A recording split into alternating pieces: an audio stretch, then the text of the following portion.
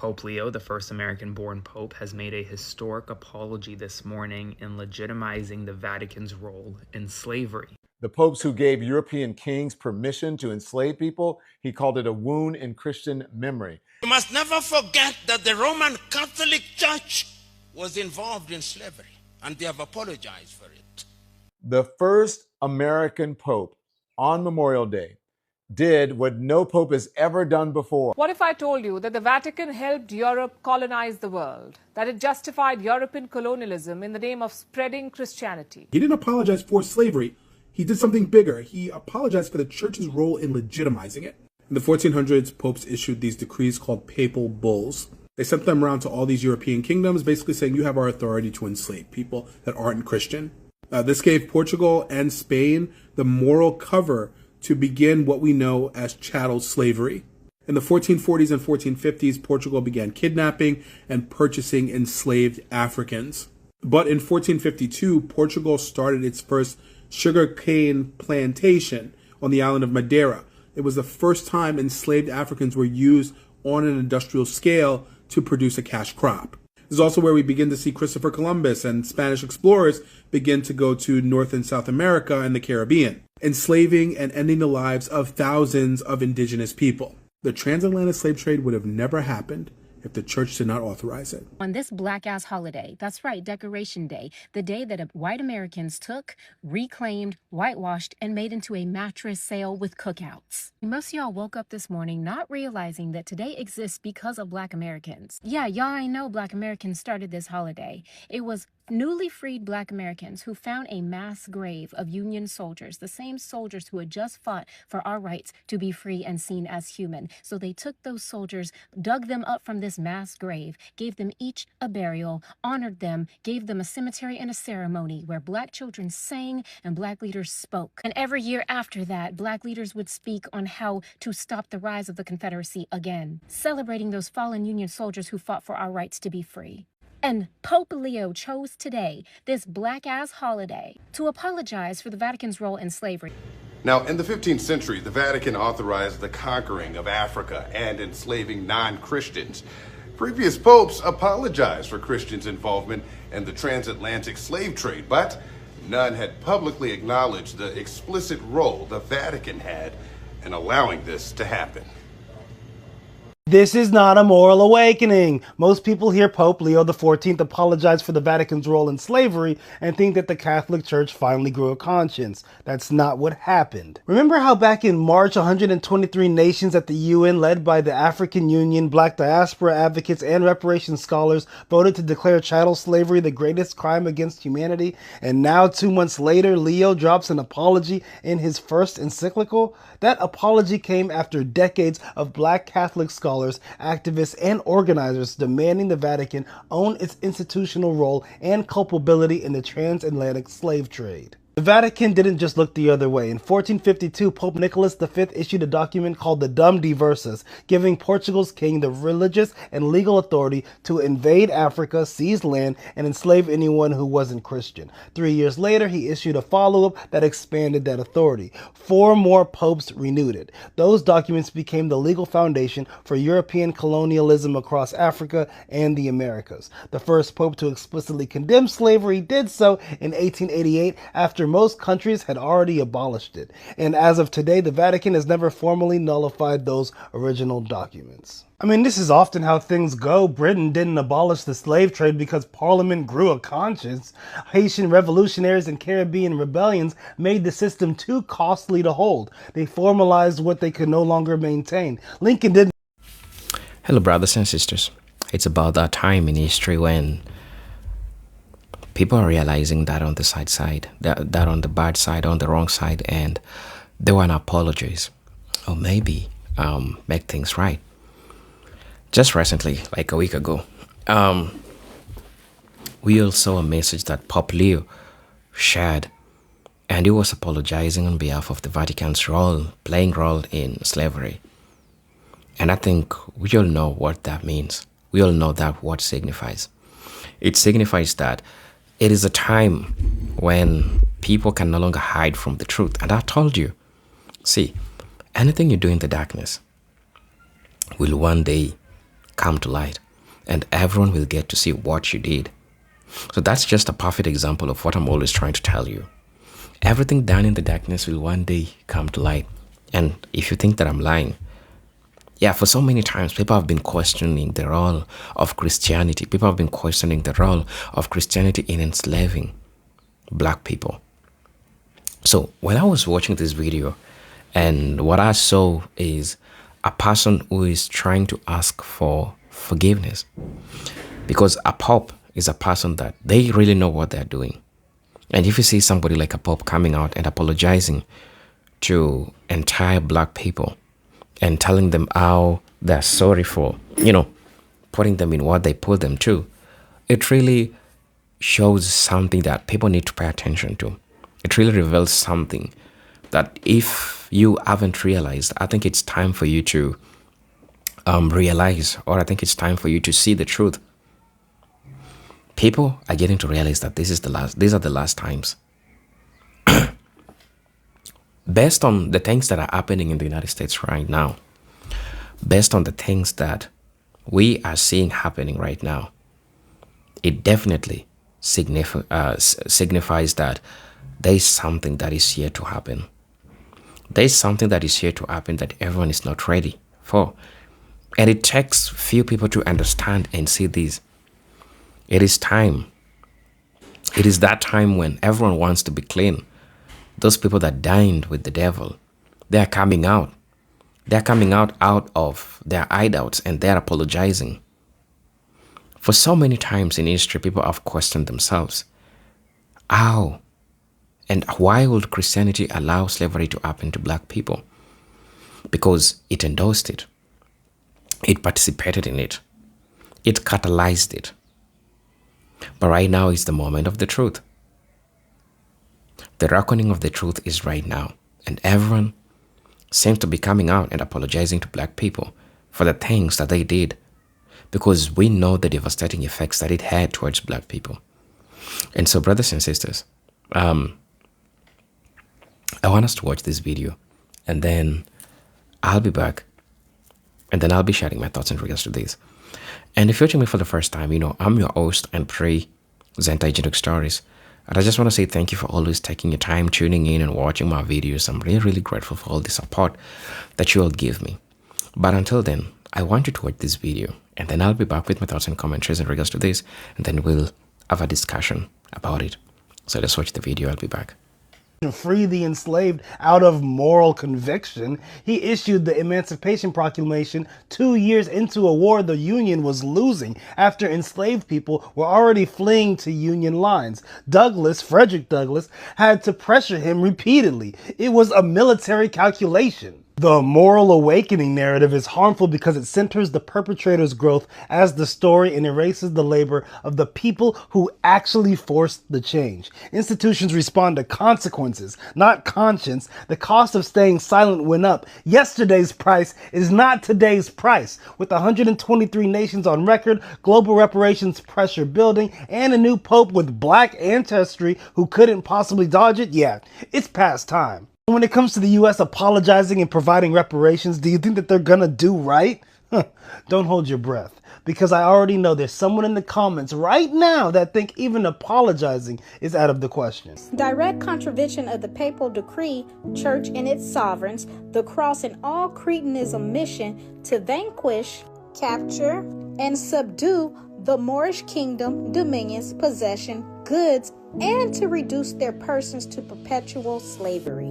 The papal bull further justified the enslavement of non-Christian people. Non-Christian people were considered heathens. Papal bulls were issued accordingly by Pope Nicholas V, titled the Bull Romanus Pontifex of January 8, 1455, in favor of Portugal, and Pope Alexander VI, inter cetera, among the Spanish shields.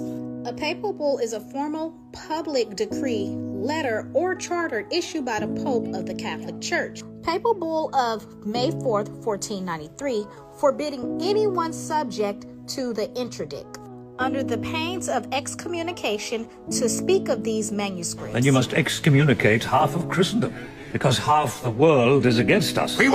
For the Vatican itself giving European powers authority basically to conquer and enslave non-Christians. The article points to 15th century article decrees that authorized Portuguese rulers to invade lands in Africa and the Americas to reduce people to perpetual slavery.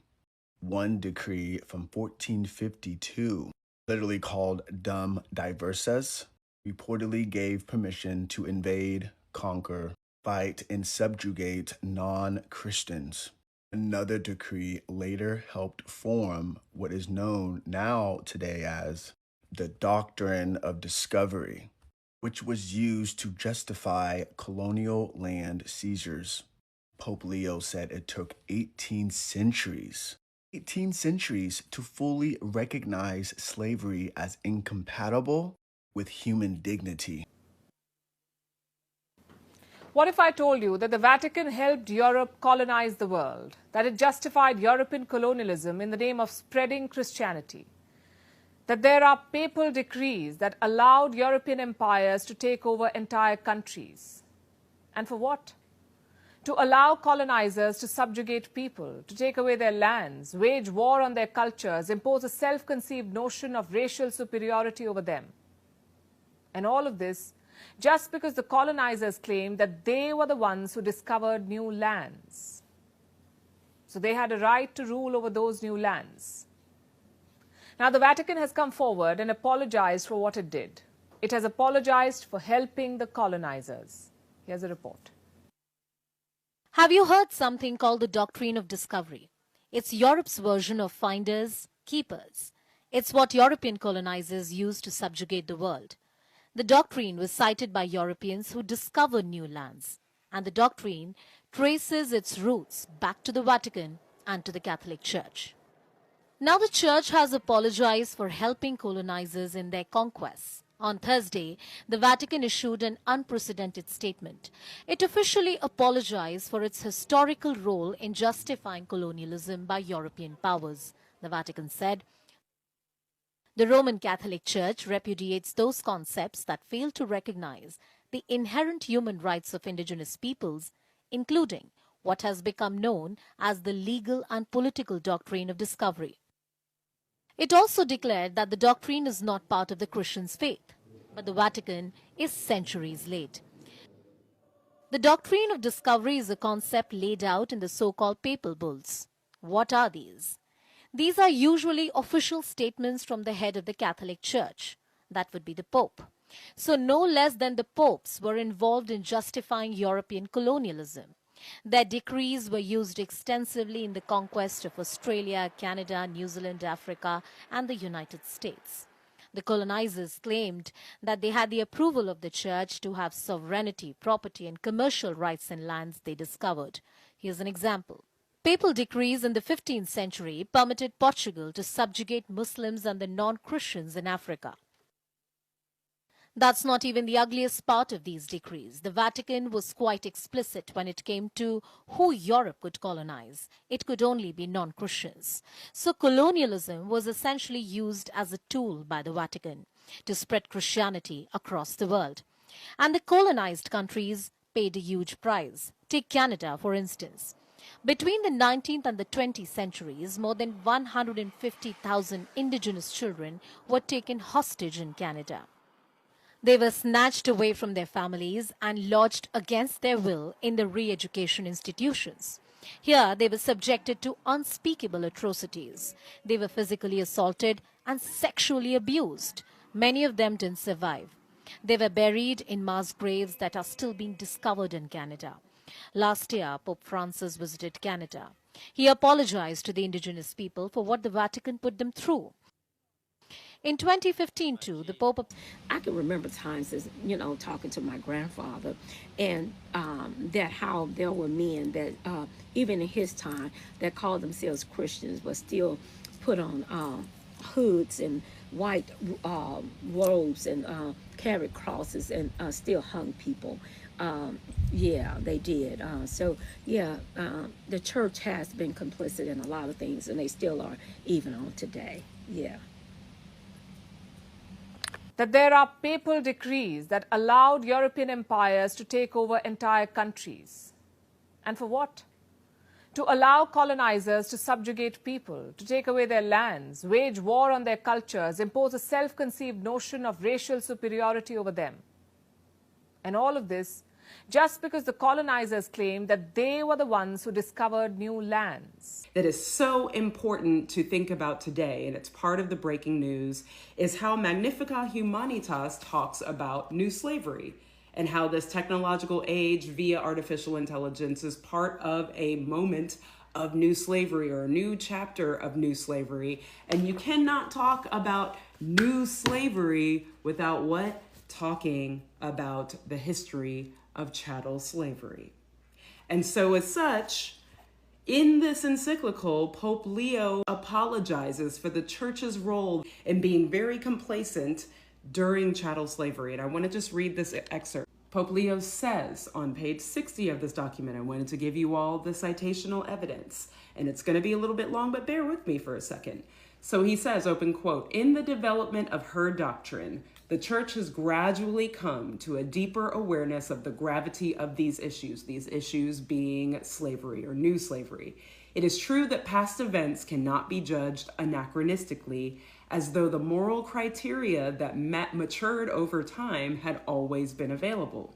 Yet neither can we deny or diminish the delay with which both society and the church came to denounce the scourge of slavery." In other words, church and the society took too damn long to denounce slavery. In antiquity and the Middle Ages, many individuals and even ecclesiastical institutions had slaves. Already in the early modern period, the Apostolic See of Rome, responding to requests from sovereigns, intervened several times in order to regulate and legitimize forms of subjugation and, in certain cases, the enslavement of infidels. So the church had its hands in chattel slavery, right? It was only in the 19th century that a formal, absolute, and universal condemnation of slavery was clearly articulated, notably under who? Pope Leo XIII. This development offers a clear example of the church's growth in understanding the perennial truths of revelation that she safeguards. Although there was not always consistency in practice, given that slavery was long tolerated before being unequivocally condemned, there has been a continuous affirmation throughout history of the dignity of every human being created in the image of God, even if it took 18 centuries for its full incompatibility with slavery to be explicitly recognized. So there, Pope Leo is like, human beings, Black and African people, are made in the image of God. Slavery is not compatible with according dignity and worth to those made in the image of God. And we fucked up, y'all. We fucked up. He continues, this constitutes a wound in Christian memory. It does, one from which we cannot consider ourselves detached. He is saying the church must be accountable and accept responsibility for dragging its damn feet for so long. It is impossible not to feel deep sorrow when contemplating the immense suffering and humiliation endured by so many, in stark contrast to the immeasurable dignity as persons infinitely loved by the Lord. For this, in the name of the church, I sincerely ask for pardon. For this, in the name of the church, I sincerely ask for pardon. Notice, this ain't got nothing to do with God. God did not condone slavery. Man, created in the image of God, distorting that very image, becoming egotistical, because friends, we always have to think about, is it ego or is it God? Often it's ego. Just because it's loud, it ain't God, right? And so this is why Pope Leo is saying, for this in the name of the church, this man-made institution carrying out religion as it sees fit, distorted interpretations that allowed slavery to happen for as long as it did. For this in the name of that church, I sincerely ask for pardon. And here's the last paragraph that I will read. This is why the memory of past complicity and blindness in the face of the injustice of slavery becomes a call to vigilance. What we have learned must be translated into discernment and responsibility in the present.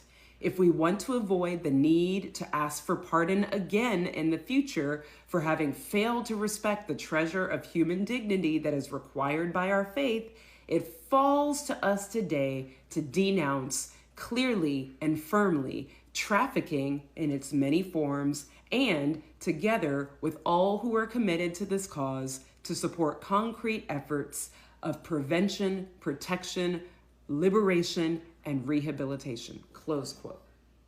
So this is the big news of the day, of the weekend, possibly of the summer, coming out of Vatican City, that the church via Pope Leo has denounced its role in being complacent about the matters of slavery, which impinged on the human rights of Black and brown people. Because he even says, even today, colonialism assumes new forms. I know this document is going to be lit. Why? Because Pope Leo is a Chicago-style pope, a spicy pope, one of the spiciest that we've had in some time. So I expect this to be a lot of hot fire. And what I'm probably going to be doing is reading a chapter a day. This is 5 chapters. Yeah, 5 chapters. And then giving a little debrief. So for the Catholics or those who are nosy and interested in what the Catholics are doing, this is what I'm going to be doing over the next week, in addition to whatever else tickles my fancy. You get many of the popes who are in support of slavery thereafter. And it is not until 1888 when you have the first Pope Leo the 13th, who says that slavery is condemned, that God loves all his children, including the Africans and the Americans. But in 1880, slavery around the modern world at that time frame, the Western world, and had already been abolished. So they were Johnny come lately to the party. They changed when the culture changed. You see, before that, the popes all had made these papal bulls based on what the culture was already doing, or they were establishing the culture themselves. Popes like Pope Gregory himself had slaves. So it was common for them to do whatever the culture was doing. But now Pope Leo the 14th has come out and said that they apologize. He's asking for those who are the descendants of those slaves, those who are the descendants of the colonization in Africa, to give them a pardon, to forgive them. You see, a pardon, it's an interesting word. You see, when you pardon someone, you say that, yes, you committed a crime, but I'm not going to punish you for the crime, nor do I seek any type of repayment from that crime. You're just pardoned. It's wiped away. It's a clean slate. Because, as he said, this is a stain in the memory of Christianity. You would have to be a fool to accept this with any type of glee, because there are no teeth behind it, none whatsoever. It reminds me of World War II. If you were to go do the research of the aftermath of World War II, then one of the things that you're going to find is the Conference of Jewish Material Claims Agency, claims against Germany. In that, up to 2005, tens of billions of euros have been paid back to the victims of the Holocaust. Not just to those who had survived the Holocaust, but to the descendants as well. Lands that were stolen, payments have been received back. Lands in other countries, payments have been received. There are still to this day, this organization just acquired another $105 million that will be paid out through 2027, meaning that it is still being paid today. Reparations to the descendants of those who are survivors of the Holocaust.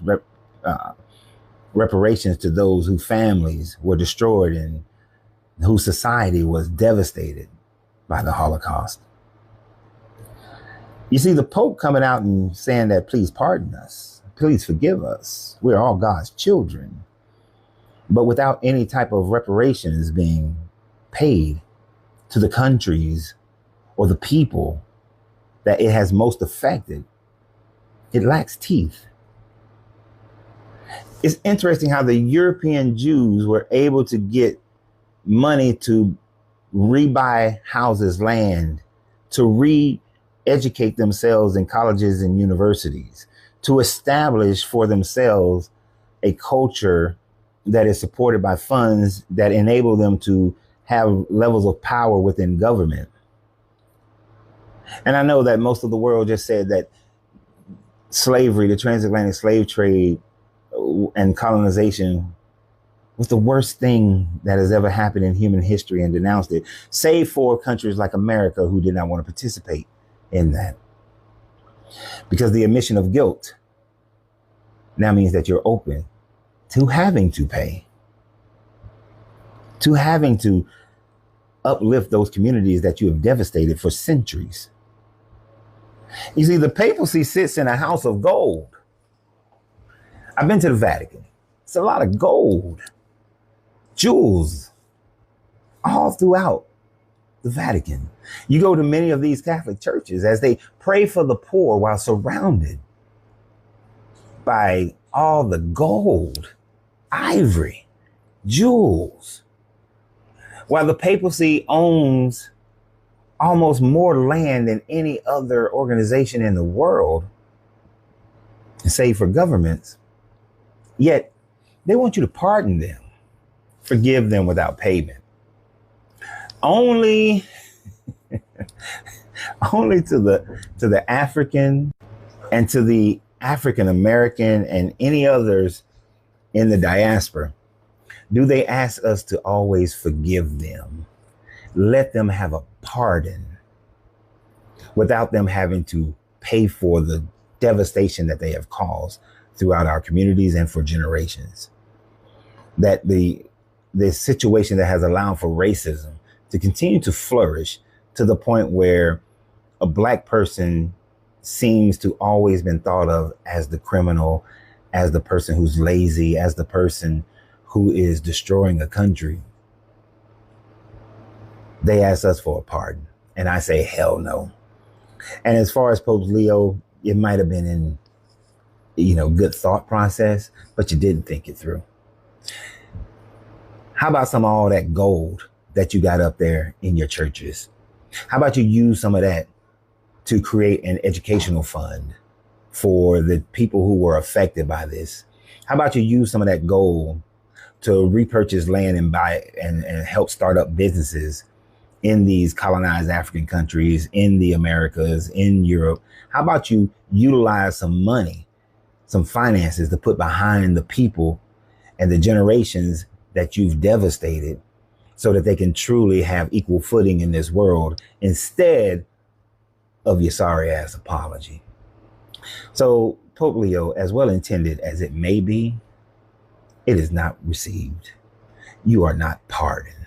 The Christian church is not pardoned. The papacy is not pardoned. Until you actively put together some reparations, you are still guilty of initiating what the world has condemned as the worst time frame in history. See, it's kind of like if I came to you and I burned down your house, and then I come back to you and say, oh, I'm sorry. I still have a burnt down house. So until you come and you give me the resources to rebuild my house, which is what real repentance is according to your religion. Repentance is not just saying I'm sorry, but real repentance is rebuild my house, furnish it the way it was, make everything new again. When you do that, then you can be forgiven, but you will never be pardoned. What do you guys think? Hello brothers and sisters, welcome back to the channel. I'm hoping that you are doing great from wherever you're watching this video from. Again, I'm your host and presenter Excerpts. some things you might just think that are happening, that they are normal. But if you're a person who is keen, you definitely know what's going on right now. People are realizing that there is enormous punishment when you try play with God's chosen people. And the truth is out there. It's just that they don't always want to let you know. Now, the significance of Pope Leo's apology goes far beyond a simple statement of regret. According to his 2026 encyclical, he explicitly acknowledged that the Vatican itself helped legitimize slavery and that the church authorities took centuries to fully condemn it. This is historically significant because it moves beyond blaming individual Christians and instead recognizing institutional responsibility. So, for many black people, one important implication is that it challenges the long-standing narrative that slavery was merely the result of few bad actors or isolated governments. The transatlantic slave trade was supported by a network of political, economical, and religious institutions. Pope Leo acknowledgement recognizes that religion was not always a force opposing slavery. At times, religious authority was used to justify and legitimize it. And they are coming out clean. They are sharing their truth because he knows very well that what will set him free is the truth. And that's what we are talking about right now. So, historically, several 15th century papal decree granted European rulers authority to conquer territories and enslave non-Christians. These documents provided religious legitimacy to colonial expansion and enslavement. While economic greed was a major driver of slavery, religious approval often helped provide moral justification for actions that otherwise would have been difficult to defend. So, religion was used as a judge. It was used as a judge because anytime religion was involved, then it was used to justify that whatever they said was truth. And that's how they did. And that's how they managed to keep slavery. And that's how their mind was sane when they were doing that, because they were protected by the church. That's how crazy it was. And all these things that right now you're seeing, they're getting exposed right now, and we are all getting to see the truth. Now, the apology is also important because it validates what many black scholars, activists, historians have argued for decades, that Christianity and slavery were not always separate or opposing forces.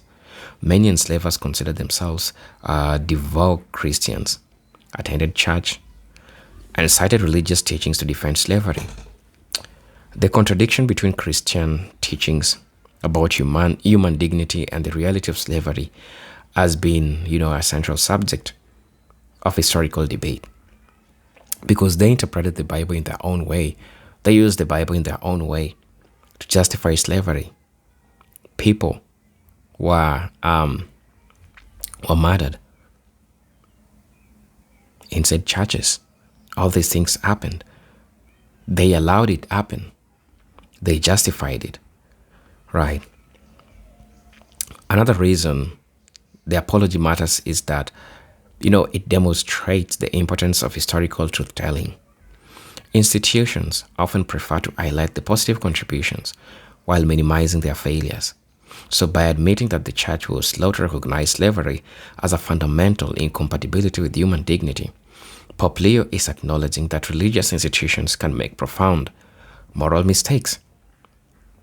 And they better know well, what they're doing, what they're standing for. They better know it well.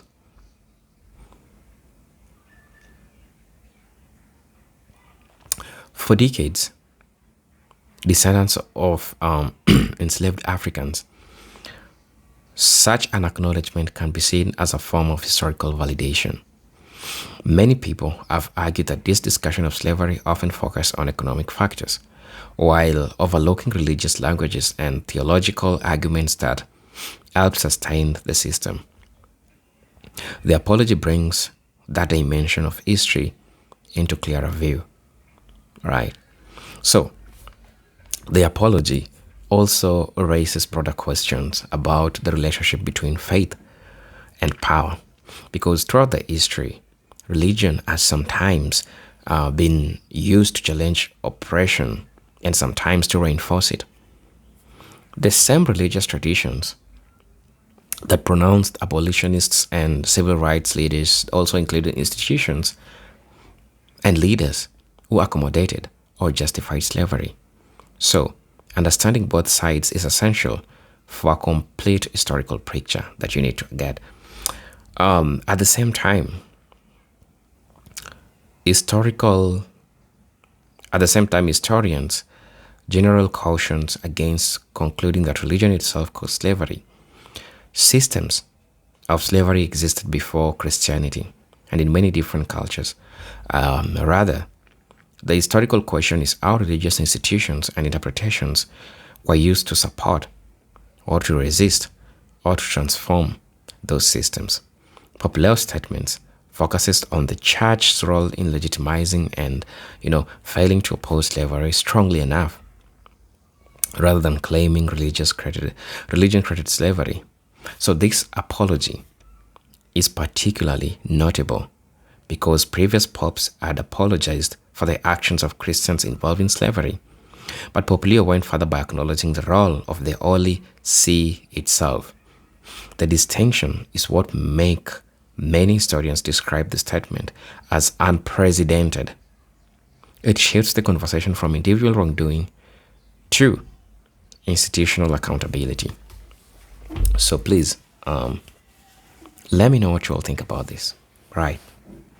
As you know, I'm your host and presenter, Engineering Stories. And again, I just want to remind you, for those who are watching me for the first time, again, I'm asking you and I'm pleading with you. If you're watching me for the first time, or probably you've been watching my videos, or probably you watch my videos, you subscribed, and somehow you don't know how it unsubscribed itself, please make sure to resubscribe, ring the notification bell so that we can get to always learn together. So,